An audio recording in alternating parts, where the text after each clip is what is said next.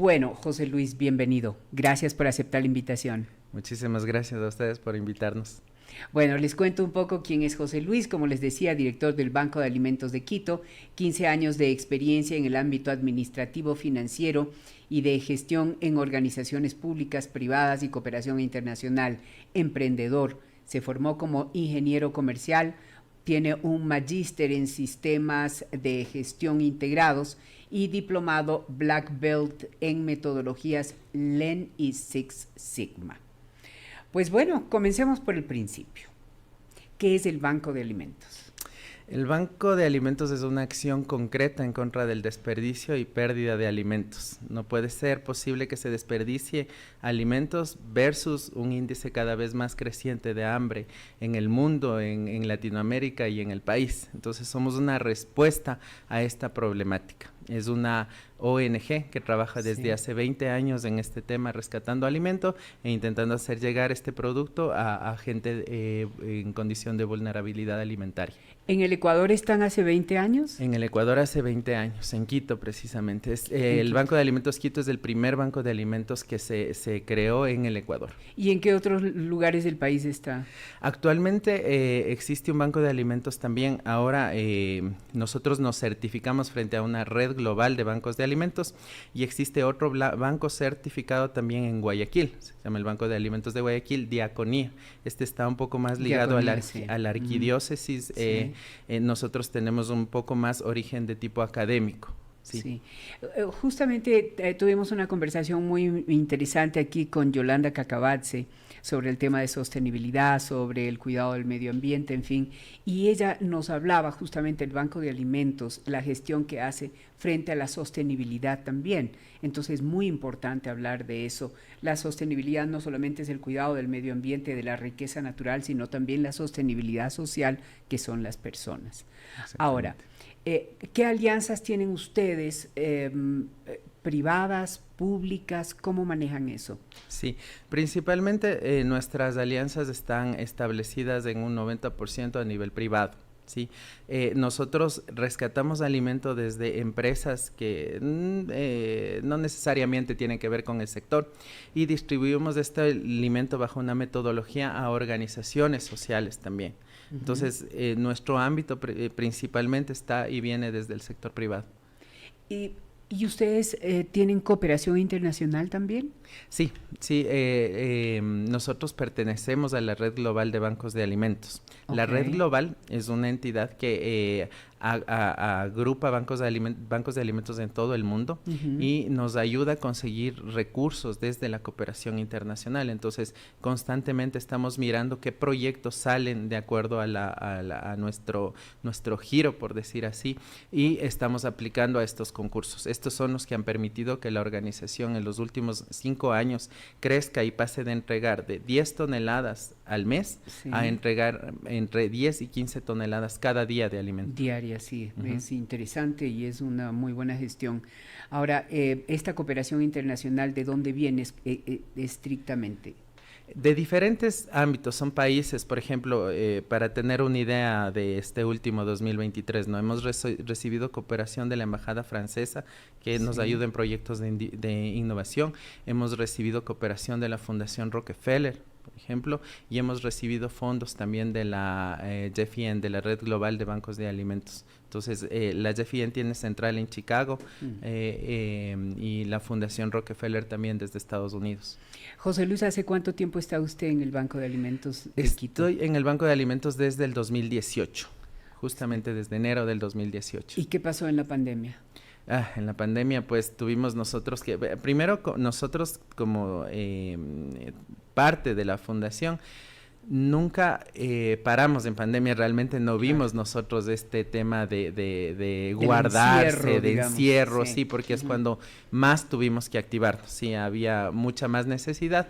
Entonces, dentro de la pandemia fue más complejo el tema a nivel de voluntariado, porque nosotros funcionamos cada semana con más o menos 600 voluntarios, entonces tuvimos que soportar el tema con muchas menos personas y con un incremento en el tema de solidaridad solidaridad, eso sí, del sector privado, porque recibimos durante esa época un incremento en las donaciones que nos permitió llegar a un grupo más amplio de personas en la pandemia. Hay que resaltar que ahí se vio un poco la necesidad de los bancos de alimentos en estos casos, ¿no? Claro, organizaciones que tengan metodologías claras de cómo llegar con alimento a población vulnerable. Sí, que ahí se vio un poco la falencia que a veces desde el sector público no alcanza a cubrir estas realidades, entonces ahí experimentamos un poco nosotros más en vivo cuál es el valor agregado que podemos dar dentro de la sociedad. ¿En qué sectores llegan ustedes a esa población vulnerable? En todos los sectores de Quito, principalmente los sectores que están más golpeados en la parte de seguridad alimentaria, y llegamos por medio de organizaciones sociales, o sea, entregamos el alimento a organizaciones que atienden problemáticas como ancianos, niños en abandono, personas con capacidades especiales, diferentes problemáticas. Entonces nosotros les entregamos este alimento a ellos para que ¿qué es lo que buscamos en esencia? Que aparte de todo este trabajo que estas personas, este hermoso trabajo que estas personas están haciendo en favor de personas vulnerables, todos los días tienen que estar preocupados también en cómo conseguir alimento, no solo para atacar, por ejemplo, problemáticas de discapacidad o de capacidades especiales, sino también de que comen 3 veces al día las personas que están ahí. Entonces tratamos de aliviar esa necesidad con el trabajo que nosotros realizamos. Y yo quisiera que nos cuente exactamente cómo es el proceso en el rescate de alimentos, cómo se evita el desperdicio, que desafortunadamente estábamos hablando justamente antes de comenzar al aire esta conversación, que todavía no tenemos en el país una verdadera conciencia de lo que significa desperdiciar alimento. Y hay mucha gente que no tiene que comer, que no puede alimentarse, pero también el tema en la gravedad que causa este desperdicio en el medio ambiente. Son 2 factores fundamentales por los que debemos tener conciencia que no se puede desperdiciar. Yo sí quisiera que nos cuente cómo es ese proceso de rescate de alimento, cómo llegan, todo el proceso que ustedes hacen. El proceso para nosotros da inicio en el rescate. Sí, nosotros buscamos un poco concienciar a las organizaciones o a las empresas sobre cómo puede existir hambre, ¿sí? Cuando hay un desperdicio desmedido de alimento, ¿ya? Hemos normalizado el hambre y ese es un problema. Entonces, el hambre no es un problema de falta de alimentos, sino es un problema de distribución, y es un problema también que pasa por la conciencia de cada uno de nosotros. Entonces, estamos desperdiciando alimento en el mundo. Según la FAO, 1/3 del alimento se desperdicia, 14% del alimento que se produce en el mundo se desperdicia en el primer eslabón de la cadena alimentaria, y el 17% se desperdicia ya al final en restaurantes, en nuestras casas propias. Esto genera $400,000 millones de pérdida al mundo, ¿sí? Con ese dinero podríamos alimentar a 1,200 millones de personas, ¿ya? Ahora, según el informe de la FAO, hay 840 millones de personas que están sufriendo hambre. Entonces, con el desperdicio de alimentos, nosotros podríamos alimentar a esta población que está sufriendo hambre. Y sin embargo no pasa. Sin embargo, tenemos esos índices alarmantes de pobreza. Entonces, nosotros rescatamos en base a este discurso el producto, y de diferentes formas, ¿no? Hay empresas que nos dicen, bueno, una vez que han constatado el trabajo que hacen, porque claro, no se trata solo que yo te pida y usted me entregue, sino hay un tema de generar confianza y que miren lo que estamos haciendo. Y de comprobación de la gestión. Claro, una vez que han comprobado nuestra gestión y se deciden a entregar productos, hay diferentes vías, ¿no? O nos dicen, mire, pueden rescatar de nuestras bodegas, o nosotros tenemos rutas en las que podemos entregarles el producto en sus bodegas. Entonces, esas 2 vías tenemos. Y cuando el producto llega a ustedes, ¿qué pasa? Ya, una vez que llega el producto, tiene que pasar por un proceso de clasificación. Sí, nosotros tenemos un grupo de ingenieros químicos que es un poco el vínculo, lo que nos ayuda el vínculo con la academia es que contamos con profesionales y también con ayuda de transferencia de conocimiento desde la academia. Entonces, pasan por un proceso de clasificación. Tenemos que garantizar que el alimento sea tratado con inocuidad, sí, y que sea totalmente apto para el consumo humano, porque claro, aquí viene este tema importantísimo de, al hablar de un banco de alimentos, tenemos que garantizar que el alimento llegue en buen estado hacia las personas, claro, porque a alguien en situación de pobreza, si le brindamos un alimento que no está en buen estado, lejos de ayudarle, le estamos perjudicando. Claro. Entonces, siempre estamos trabajando en eso. Entonces, viene el proceso de clasificación, un proceso de almacenamiento también, que este es el diferencial de los bancos de alimentos. Tenemos la infraestructura adecuada como para almacenar toneladas de alimento. Entonces, almacenamos en cuartos fríos, en cuartos de congelación de acuerdo al tipo de alimento, y al siguiente día, después de la clasificación, empezamos este proceso de distribución a las organizaciones sociales a las cuales atendemos. Un promedio de 90 organizaciones sociales que se benefician de lo que hacemos, y ahora estamos entregando kits de alimento a más o menos 600 familias cada mes. En total, la población que atendemos varía entre 80 a 90 mil personas por mes que está llegándoles el alimento en base a este proceso que le comento. ¿Cuáles son, digamos, las alianzas que ustedes tienen con el sector productivo? El sector productivo es nuestro principal aliado, ¿ya? Ellos son los que entregan el producto, ellos son los que en muchos casos auspician nuestras campañas, sí, entonces la alianza con ellos tiene que ser muy cercana, muy sentida. De hecho, principalmente, y eso es bonito decirlo, dentro de las empresas generalmente quien lideran estos temas de la alianza son los CEOs o los gerentes corporativos. Directamente ellos se inmiscuyen en mirar la problemática y ver formas de cómo solucionar. Entonces, nosotros cuidamos siempre estas alianzas mediante el siguiente sistema del eslabón, que es de responsabilidad el reporte, social también, sí, ¿no? El reporte en el que les damos datos en cómo también generamos valor hacia las empresas.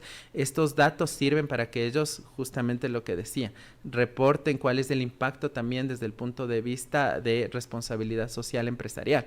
Sí, y el tema ambiental. Ajá. ¿Qué marcas o qué empresas son las que están definitivamente ligadas o tienen relación con el Banco de Alimentos? Bueno, son muchas marcas, ¿no? En diferentes niveles. Para tener una idea, con corte al 2023 estamos con 72 empresas que colaboran con lo que nosotros estamos haciendo. Como digo, en diferentes niveles. Algunas hacen contribuciones de acuerdo a sus capacidades de producción, contribuciones puntuales, contribuciones continuas, ¿sí? Son 72 empresas, entre las principales les puedo nombrar Corporación Favorita, el Grupo Pronaca, KFC, Alpina, Grupo Superior, Moderna, son las principales empresas que han creído en lo que hacemos, y de ahí sí hay algunas, ¿no? Estas contribuciones sí varían mucho, a veces es un poco fácil, o bueno, no es tan difícil conseguir una contribución puntual, pero ya una contribución continua, eso sí es otro tema.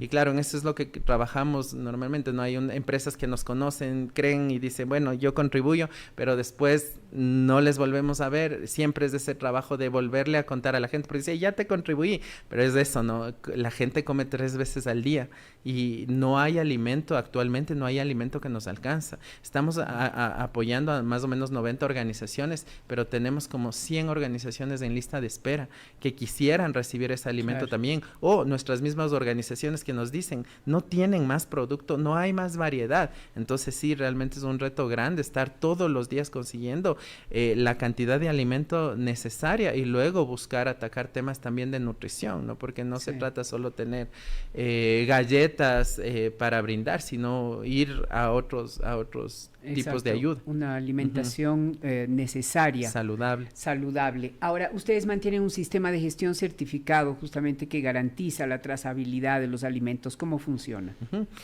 Primero nos certificamos con la Red Global de Bancos de Alimentos, que ellos vigilan nuestros procesos a nivel transversal, desde el punto de vista administrativo, económico, financiero, de procesos de inocuidad.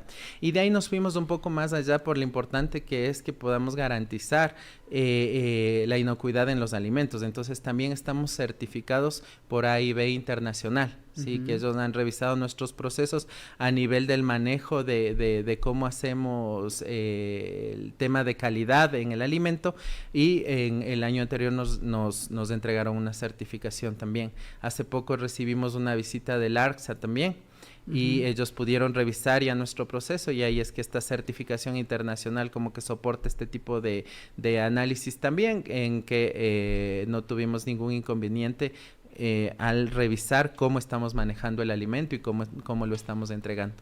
Bueno, definitivamente la demanda es creciente cada vez más de alimento, ¿no? Y la malnutrición es una realidad en el mundo entero y en nuestro país. Más aún. ¿Cuál es la proyección que ustedes tienen para este año 2024? En el 2024 nuestra meta es de entregar al menos 4,000 toneladas de alimento a la población a la que estamos atendiendo.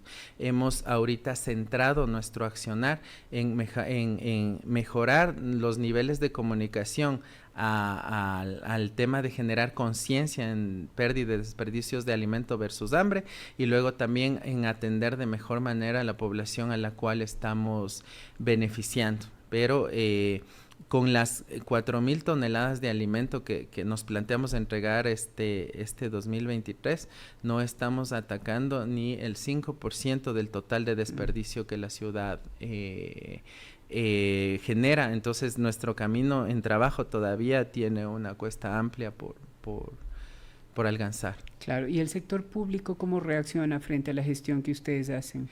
Sí, últimamente hemos tenido un poco más de acercamiento con el sector público, porque ya tal vez en firme van viendo esta accionar como un accionar concreto frente a estos temas. Entonces, tenemos acercamiento, tenemos una buena relación. No hemos recibido contribuciones directas, por decir así, ya en alimento o de algún otro tipo, pero sí hay una muy buena relación. Algo que siempre me gusta aclarar a nivel público: nosotros somos una iniciativa que intenta cubrir lo que el Estado no logra. Sí, entonces a nivel público, por ejemplo, cuando vienen ministerios o organizaciones públicas y nos dicen ustedes pueden contribuir con lo que hacemos, lastimosamente no nos alcanza el producto para distribuir hacia el sector público. Estamos como que intentando cubrir los sectores privados que necesitan ayuda. Claro, por supuesto. Ahora, ¿qué hacen ustedes con el alimento que no es apto, por ejemplo, que lo descartan? ¿Qué pasa con eso? Ahí viene este tema chévere, y de aquí hablamos del tema de innovación, ¿no? Porque, claro, nosotros producimos una gran cantidad en esta selección. Hay mucho producto que nos entregan y es fruta y verdura. ¿Ya? Y ese es producto rápidamente perecible, ¿ya? Sí. Tenemos que hacer un proceso de clasificación, y cuando hay alimento que no está en buen estado, entra primero. Si es que, por poner un ejemplo más simple, ¿no? Para las personas que nos escuchan, si hay una papaya que nos es donada y la papaya está dañada solo una parte, no podemos entregarla directamente así, pero por ejemplo entramos en procesos de producción de esa papaya, se transfiere en pulpa, en mermelada, si es vegetales en concentrados, en aliños, sí, que podemos transformarlos con ayuda de voluntarios y la supervisión de la academia, que es la que nos genera las fórmulas necesarias para generar estos productos, y luego estos podemos entregarlos a la sociedad, ¿ya? A las personas vulnerables. Y de ahí también viene el tema de que ahora principalmente estamos trabajando en alianza con una organización ambiental también, ANUNA. Nos hemos aliado y le estamos entregando nuestros desechos orgánicos para que se conviertan en compostaje. Exacto. ¿Ya? Y este compostaje también pensamos de alguna manera insertar dentro de estos modelos de economía circular para que ayuden en temas de sustentabilidad a la labor que estamos cumpliendo, porque todo esto que les cuento puede ser bonito, pero también tiene un precio, ¿no? ¿Y cómo es la logística de reparto que ustedes tienen? Nosotros entregamos, distribuimos el alimento en las bodegas que tenemos. Sí, no tenemos logística de entrega a domicilio, por decir así, sino las organizaciones se acercan hacia las bodegas y de ahí retiran el alimento. Igual sucede en el tema de las familias. ¿Y cómo hacen ustedes el seguimiento para saber cuáles pueden ser los beneficiarios de estas comunidades vulnerables? Ya. Primero nosotros pasamos dentro de lo que denominamos gestión social en el Banco de Alimento por 3 aristas, la que es vinculación, seguimiento y desvinculación en caso de faltas que identifiquemos. Entonces, en el proceso de vinculación hay una serie de requisitos en las que nosotros vemos cuál es la necesidad de la organización, visitamos a la organización, constatamos la necesidad y en base a la población que están ayudando, si es que ya ingresa con todos los requisitos, pasa a recibir alimento en determinados días de la semana, en determinado horario. Y al nivel de seguimiento, en cambio, nosotros siempre, ya que le vinculamos, le decimos, mire, usted está vinculado, pero debe entender que nosotros le vamos a visitar sin avisar. ¿Ya? Les visitamos, al menos esperamos visitarles unas 2 veces por año para mirar cómo están manejando el alimento y si el alimento está llegando al fin al cual en el proceso de vinculación se calificó, o sea, está llegando a donde debe llegar. Sí, muy bien. Vamos a hacer una pequeña pausa y volvemos inmediatamente para continuar con esta interesante conversación. Esto es Ecos Today Radio. Volvemos. Ecos Today Radio CB.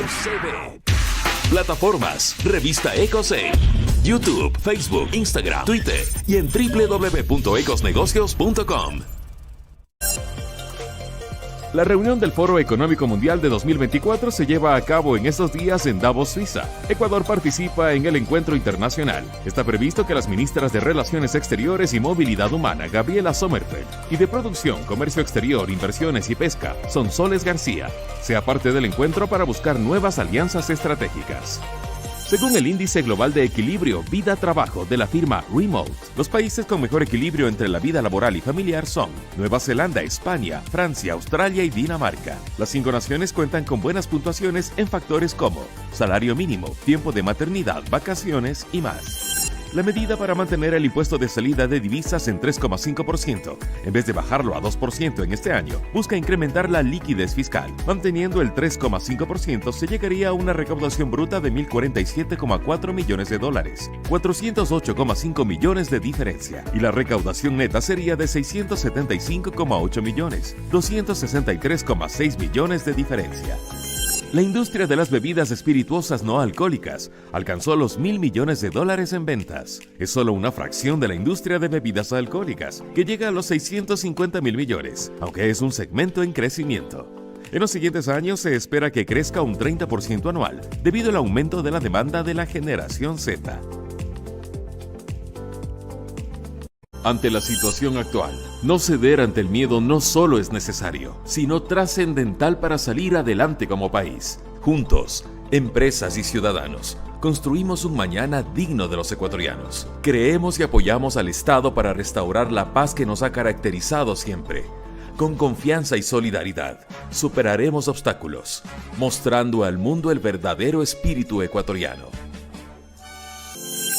Ecos Travel y Ecos Bienestar llegan en una revista dual, ahora con 2 grandes espacios para abordar temas de viajes y estilo de vida, así como de salud.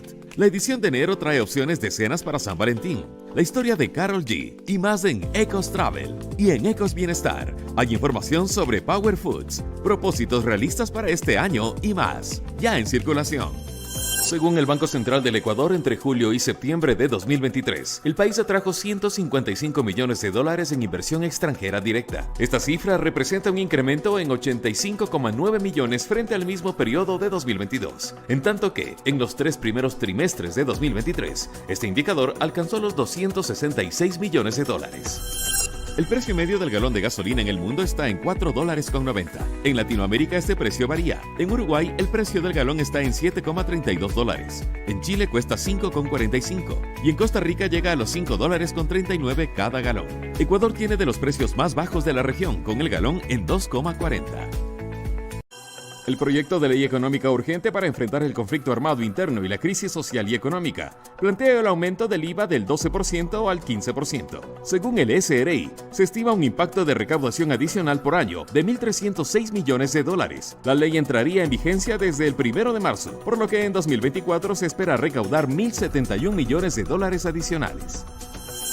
El programa Ella es astronauta fortalece la educación STEM. Parte de esto fue el viaje que realizó una tripulación de 14 niñas y adolescentes al Space Center de la NASA. La tripulación de Ecuador de 2023 creó a su regreso proyectos en sus comunidades con lo aprendido en esta experiencia. Esta iniciativa busca cerrar brechas de género y formar una nueva generación de mujeres seguras.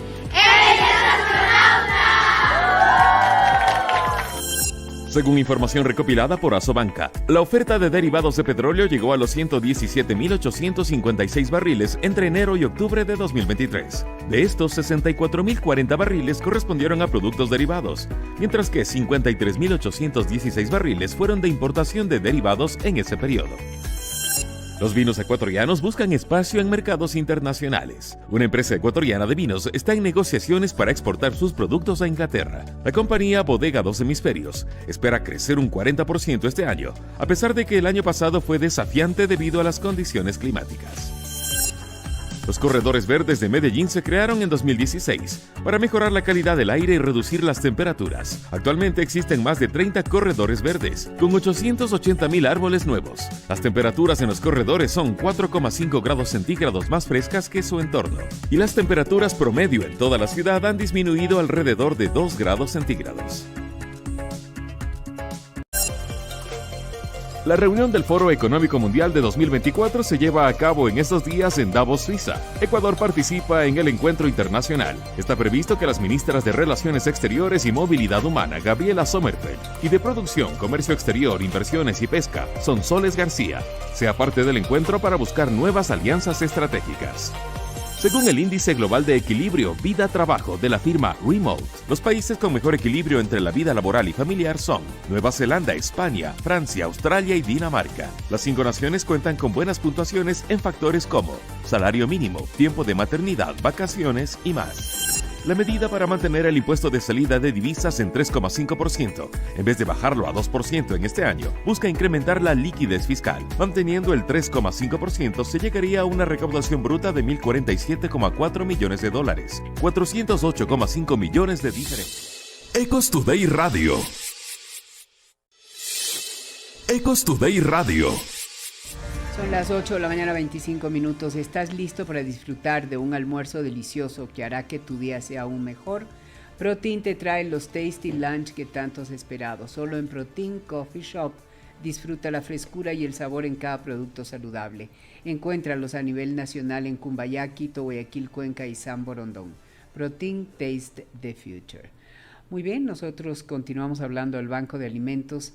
Definitivamente pues es un tema muy interesante que yo creo que hay que tomar muy en cuenta, no solamente por la necesidad de poner un granito de arena en que no se desperdicie la comida y que comunidades vulnerables definitivamente sean beneficiadas con esta gestión.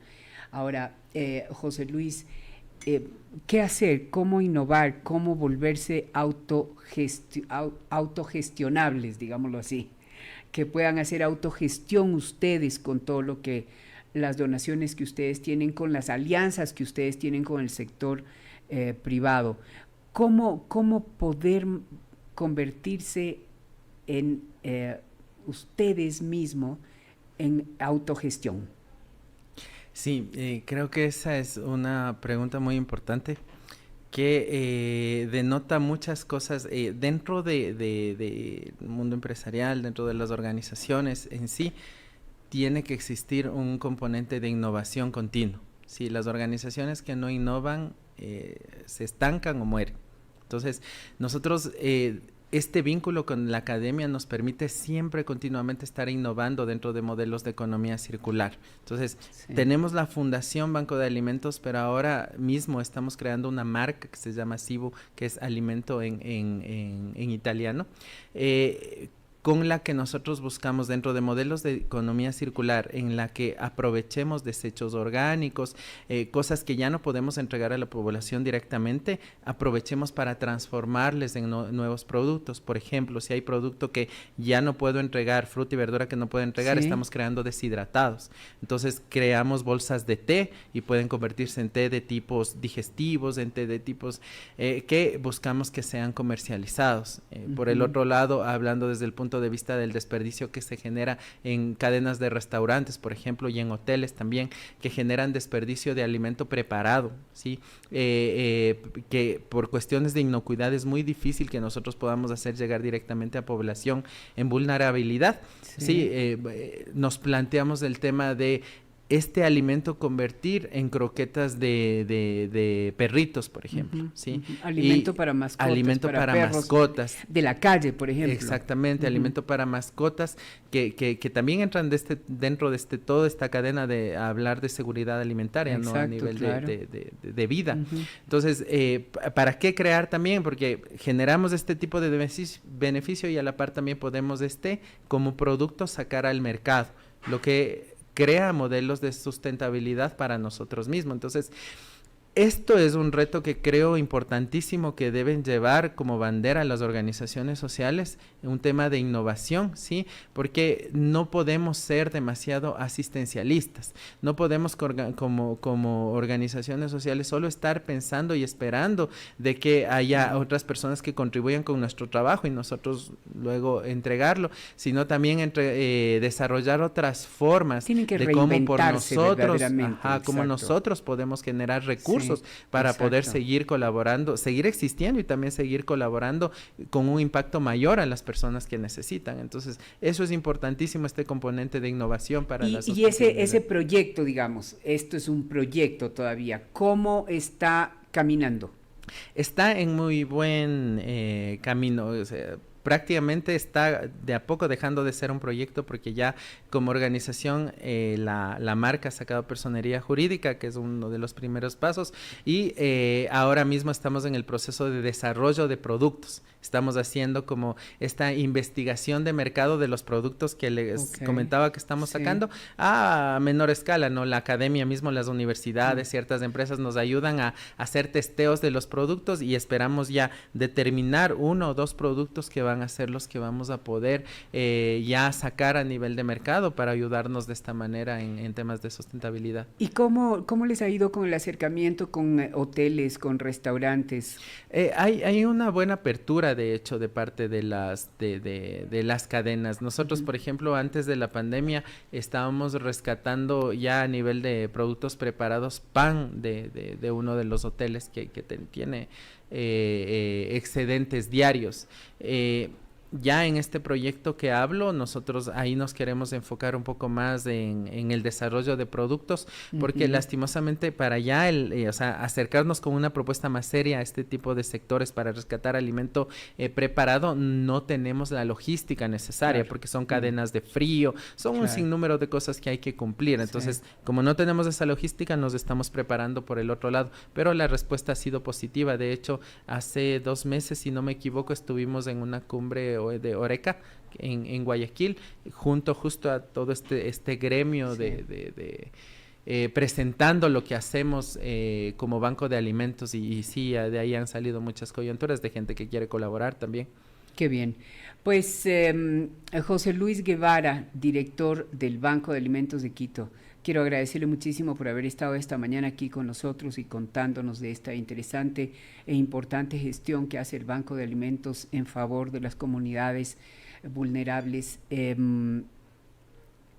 Quisiera que invite a muchos más empresarios que colaboren y que trabajen junto a ustedes. Muchísimas gracias por la invitación también. Y sí, este tipo de espacios nos ayudan para generar primero esta conciencia, ¿no? Pérdida y desperdicio de alimentos no parte solo a nivel social, sino también a nivel personal, ¿sí? Entonces, quiero hacer conciencia de que con las 16 toneladas de alimento que estamos entregando al día, sí, no logramos rescatar ni el 5% del desperdicio en la ciudad y no logramos cubrir un porcentaje mínimo de realmente la ayuda que la población necesita. Entonces, nosotros estamos evidenciando un problema ahora de que no hay alimento que nos alcance.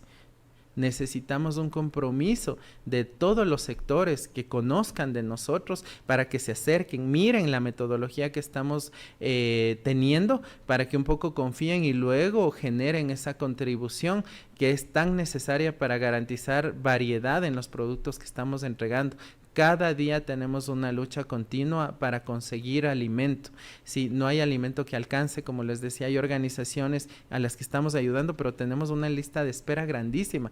Y luego de la pandemia, en temas de hambre, nosotros hemos retrocedido entre 10 y 20 años. Sí, es muchísimo. Entonces, el hambre se ha acrecentado tanto que sí hago una invitación a todas las empresas que crean que pueden contribuir con nosotros o con iniciativas que ataquen la pérdida de desperdicio de alimentos, por favor que lo hagan. Si tienen alguna duda, que se acerquen a nosotros, nuestras redes sociales, nuestra página web www.bac.es está disponible para que generen este vínculo y las puertas de nosotros están abiertas. Somos una iniciativa que ha ganado un poco de espacio en este tema por la trazabilidad y por esta filosofía de puertas abiertas que tenemos. Nada es oculto en lo que hacemos, más bien siempre abrimos la puerta. Perfecto. Para que nos vean mejorar. Muy bien, José Luis Guevara, director del Banco de Alimentos de Quito, muchísimas gracias por haber estado aquí esta mañana y por supuesto esto también es una responsabilidad individual. Creo que tenemos que tener conciencia que no podemos en nuestros hogares desperdiciar alimento. Eso hay que tenerlo muy claro. Vamos a hacer una pausa y volvemos inmediatamente en Ecos Today Radio. Ecos Today Radio.